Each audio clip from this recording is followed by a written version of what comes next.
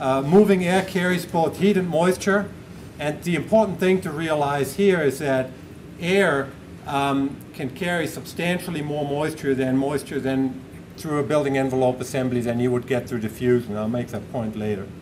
And the air leakage in buildings is driven by pressure differentials between the interior and exterior.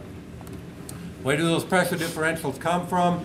Wind pressure and suction on the facade, stack pressure, which is the natural tendency of warm air to rise up in a building and colder air to infill below it, and then our mechanical systems pressurize and depressurize the building. So what does that look like for a historic building? We have sort of a generic brick masonry wall. We have interior, we have high interior pressure because the curators would like to have positive building pressure. And because it's a historic masonry wall, it's got a crack or an opening in it. And our dew point, here's the merit of one time the dew point calculation, right, is somewhere in the middle. And if we have high building pressure, we get condensation in the wall. And that's why, when you have a historic building, it's a lot nicer to run it at negative building pressure in the wintertime. Right? Analysis tools, infrared thermography. We heard a lot about that yesterday. This is a nice historic 2003 natatorium in West Virginia. It has a tremendous air leak. And that actually led to ice lenses forming on the exterior of the wall. The interesting thing about, or the important thing about infrared thermography is, again, it's another qualitative tool you can use to look for air leakage. Very tough to quantify, right? What's actually going on here? Better as a qualitative tool. And the best time to use it is if you have a lot of contrast between the warm building and the cold exterior. You can see I took this picture in February of this year, and when it's tremendously cold, and you can see just the hot air just flying out of the building. Good analysis tools, but I don't know if the gentleman who was in the church yesterday with the infrared camera, he was sort of holding it up in the church, and there was not enough contrast there to really read anything. And that's why when you look at buildings, you got to get up at 2 in the morning in January and carry your infrared camera out there. September just won't work. Okay, vapor diffusion versus airflow. This is just an illustration of the point that I made earlier. Airflow carries a lot more moisture across a building envelope potentially than diffusion. If I have a building interior at 70 degrees Fahrenheit, 30% RH, no vapor retarder, I can get accumulation due to vapor diffusion at just under ½ pound per square foot per month.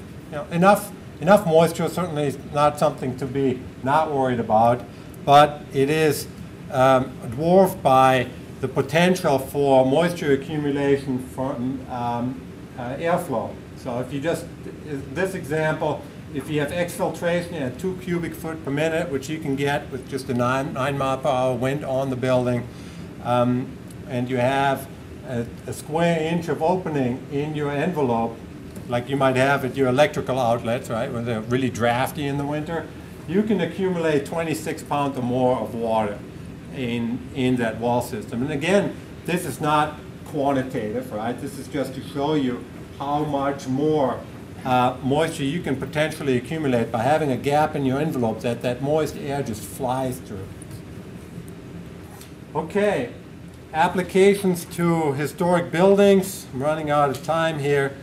The most common thing people ask you, well, I got this historic building, I'd like to add insulation to it. Right? I want to have a more efficient thermal envelope. That's probably 90% of the questions that I get about historic buildings that have to do with energy efficiency. So we're going to talk about that first. Just to illustrate that, here's a woofy model of an uninsulated wall. Here we look at the temperature. And one thing that of note here is, right, we're going again from the exterior on the left, interior on the right, 0 degrees Celsius. Right, that's when things freeze. And it tells us that the interior half of the wall doesn't freeze at all throughout the year, right? Because it receives beneficial heat from the from the interior. And it also tells us that the wall dries out during the summer. That's tough to read from this slide because you actually have to do a bunch of these and show the accumulation as it progresses over the year. Now, if I add to that same wall, right, if I add to that same wall interior insulation and a vapor retarder, all of a sudden, most of my wall, right, actually up until I get here, freezes during the winter time. And what's really more dramatic is you get this sort of bell of moisture, you know, on the interior where you have the vapor retarder. And that, of course, is just a substantiation of the hunch that we all have that, you know, it's not a good idea to put insulation and vapor retarders at the same time on the interior of a mass masonry wall. Because why? You get freeze-thaw damage in wet masonry. Freeze-thaw damage happens by expansion of water. We all know that as water undergoes a phase change from liquid to solid, it expands 9%, and it also happens by hydraulic pressure in the capillaries of the material. As the water gets super cooled, it expands and sort of starts crunching into available space. The important thing to keep in mind is that the freezing alone may not cause the damage. What you really need is the material has to be wet, right? There has to be water available, and the more water, the worse it is. And you have to get this destructive cycling of the freeze-thaw action. And this is actually something that you can calculate for specific components as you evaluate what to do with your exterior walls. And to show an example of that you can do with WFI because it contains weather data. And what I have here is the horizontal line, the big red line is 0 degrees when it freezes. The purple zigzaggy line is temperature on the south elevation of a building, and the dark zigzaggy line is temperature on the north elevation of the building. So if you zoom in on those things, you can see that the dark north elevation line just, you know, stays frozen quite a while, whereas the south cycles through there and it experiences a lot more freezing and thawing cycles. Again, something that we intuitively, you know, practitioners sort of have thought about a long time. You get more freeze thawing in Washington, D.C. than you probably get in Ottawa, right? But this shows, you know, some analytical underpinning to that. You can also look at total water content. Again, this is something that's derived from WFI on the south elevation. This is relatively low, and on the north elevation, it's higher. And that, of course, has to do with the fact that on the south elevation, when you get more solar radiation, you tend to get more beneficial drying.